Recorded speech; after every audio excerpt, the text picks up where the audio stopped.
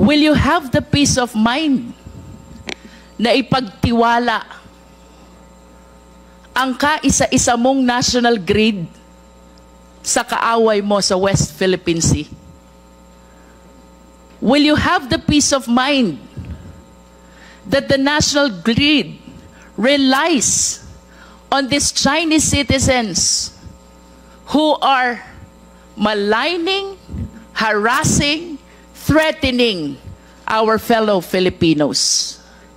Will you have the peace of mind that no Filipinos understand this technology and only Chinese engineers do?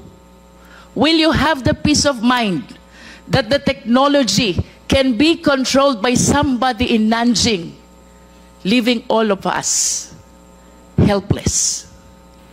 Maniwala kayo kasi yan ang commitment sa akin ng China.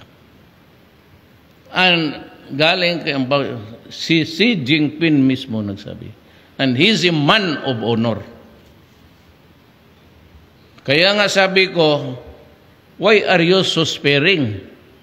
Gusto ninyo, gawain na lang ninyo kaming province, Fujian, pati Philippine province of China.